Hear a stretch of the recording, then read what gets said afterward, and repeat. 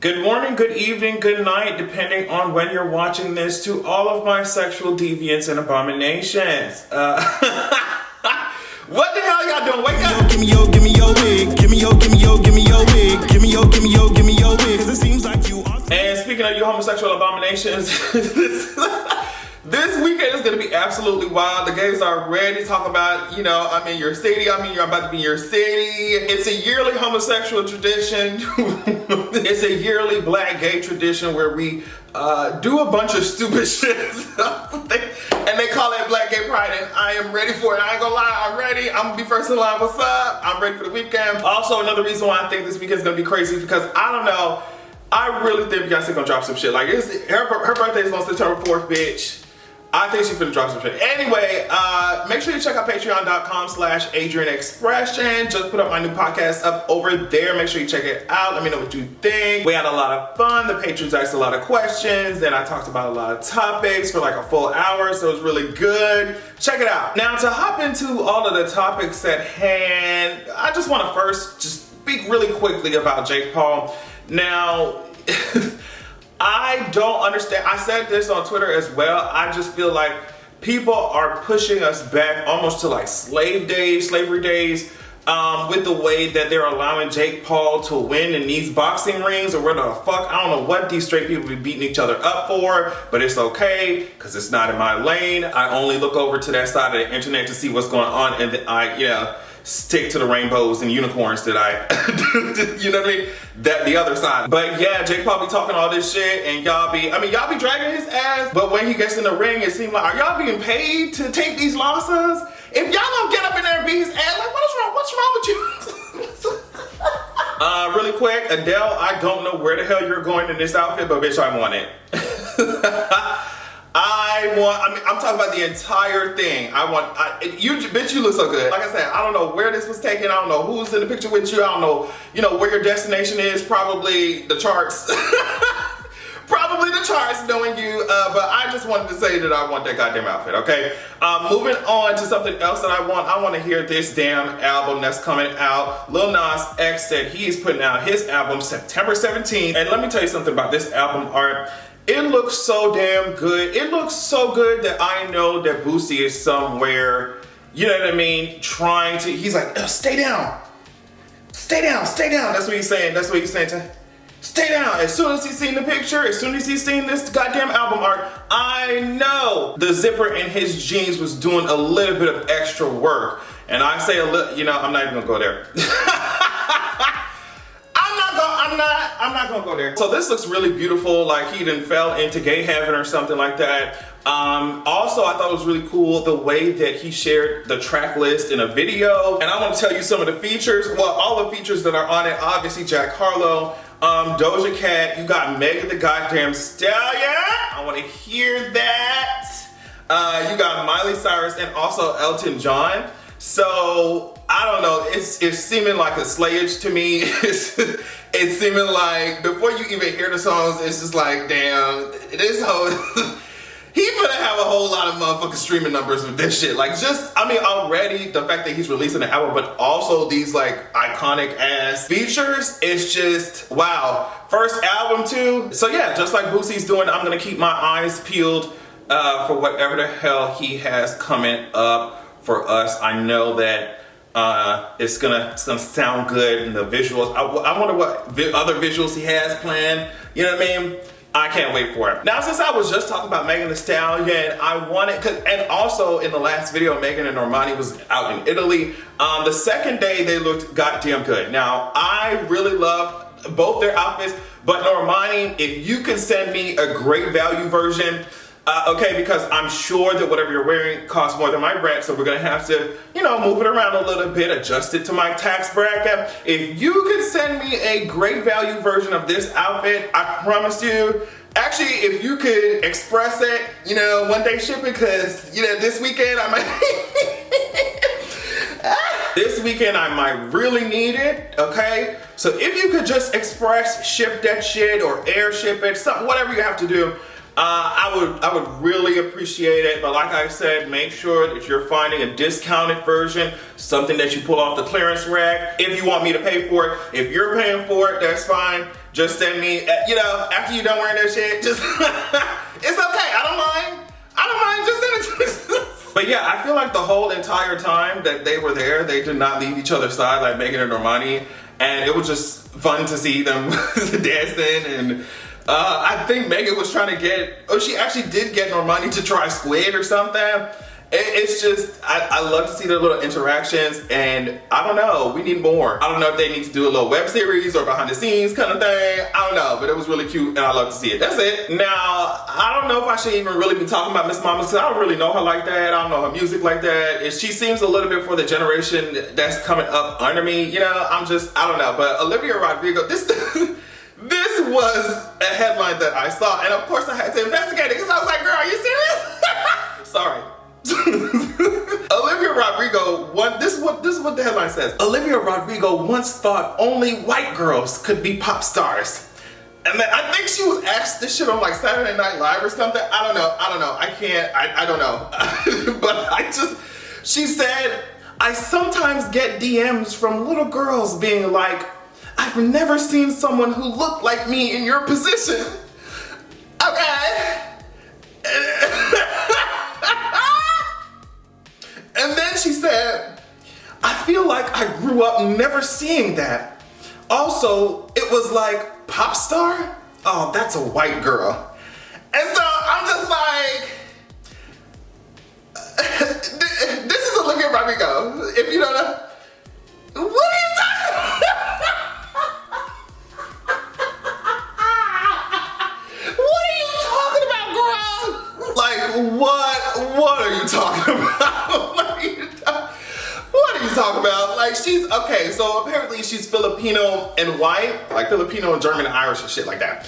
But for her to go up there and say, oh yeah, girl, I only thought white girls could be pop stars, it's just like, yeah, you a pop star, baby. Some of these people have like 1 or 2 family members that season their food, and all of a sudden, you know, they think they giving like Underground Railroad teas or something. Like, I don't know, like they think they Harriet Tubman, they think they fucking Malcolm X or some shit. I'm just like, man, if you don't collect your checks and sit down, white girls, get out my face, get out my face, get out my face. Now, speaking of someone else who can get out my face, I also saw this headline. Let's talk about this shit. DaBaby. I know you probably cringed as soon as you heard that motherfucking name. So did I when I read this shit. DaBaby met with 9 HIV organizations last week to discuss HIV education following his remarks at Rolling Loud. This is coming from Variety. Let me move to the middle of it. His attempts at public apologies seemed half-hearted at best. He deleted the most detailed one from his social media accounts after a few days. But in a statement on Tuesday, the 9 organizations that he met with wrote this. The open letter to DaBaby was our way to extend him the same grace each of us would hope for. Our goal was to call him instead of calling him out. We believed that if he connected with Black leaders living with HIV, that a space for community building and healing could be created. We are encouraged. He swiftly answered our call and joined us in a meaningful dialogue and a thoughtful educational meeting. So, I mean, obviously this entire shit is bullshit. Like, I'm just gonna say what I feel, bitch. I think this entire thing is bullshit. Obviously, it's the whole like PR campaign to get this nigga, I guess, his bags back, like get his coin back, get his gigs back, whatever. It is what it is. Even though this nigga is just like, what, on a song with Kanye West. I mean, this nigga's frolicking around with, you know, Marilyn Manson, old abusive weirdo, you know, sex offender built ass, like, frolicking around with Kanye West, oh, slavery was a choice, and, you know, Donald Trump supporting the ass, and he himself is violent and stuff. Like, I honestly don't give a fuck. But what's really annoying is that a lot of times you see some people, some parts of the LGBT community literally bending over backward, putting their fucking reputation on the line, exerting like mental and emotional labor for people, cishet people, who would never, ever, ever, ever, ever do that for them. They would never make spaces in their motherfucking communities or, you know, organizations or whatever for them. They would never move everything out the way, shift everything out the way for their gay LGBT asses. They would never do that shit. So it's just so annoying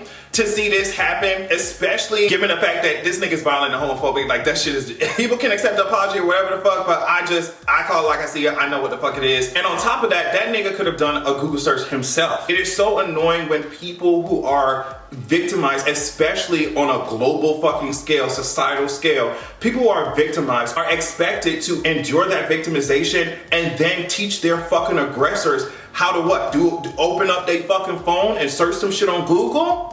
They don't give a fuck. Because if they did, they wouldn't be saying the dumb shit. And even if you, I think that making mistakes is different than feeding the same bullshit and leaning into the same homophobia, the overt, violent homophobia that gives you life every time, that gives all your friends around you, your crew, everybody around you. The DJ was up there backing up what the fuck you're saying.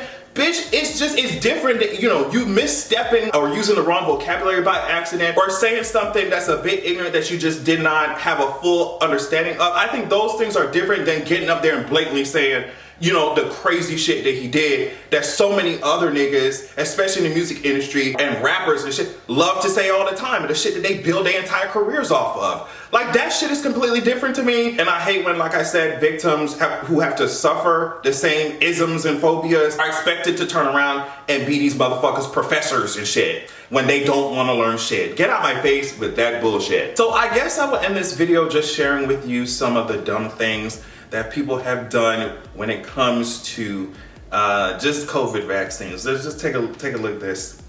24-year-old Chloe Rozak or something. She's from Illinois. Her ass got arrested for trying to enter Hawaii with a fake ass vaccination card. I'm sure there were other ways for them to check the authenticity of this shit, but the fact that it said Moderna instead of Moderna, I mean, on both fake ass shots, she really took her ass back down and got her ass. They got her ass. And I'm just like, you're stupid. At this point, it's no other excuse. You're just dumb. And if you want to hear some more stupidity, an Instagram user, and her handle was literally anti-vax mama. She was charged in a conspiracy, like conspiracy charges, you know, falsifying and shit. They got her ass, okay? So she sold hundreds, apparently, of fake coronavirus vaccination cards for $100 to $200 a pop on Instagram. Now, the Manhattan DA, the prosecutors got her ass up, and then also they got 13 alleged card purchasers. They were also charged, including a man who has been accused of paying to be entered into the database. Miss Anti-Vax Mama, actually, believed that vaccines were sterilizing children as a part of the gay agenda. Now you're going to be in the jail agenda. Now you're going to be in the court agenda. Now you're going to be on the judge's agenda and schedule. You might be even on the warden's agenda. You're going to be on the prosecutor's agenda, girl. It wasn't worth it. All this over a fucking free vaccine wasn't worth it. There was a TikTok content creator named like sheeeeiitttt or something like that who helped to uncover this entire scheme. She was apparently, I mean, it's just crazy to me that she's doing that illegal shit, like crazy illegal shit with this obvious ass Instagram fucking obvious ass Instagram handle. And you're just messaging motherfuckers like, oh yeah, whoever wanted. The TikTok content creator that I mentioned, he ended up trying to, you know, speak to her to get details so he could report the shit.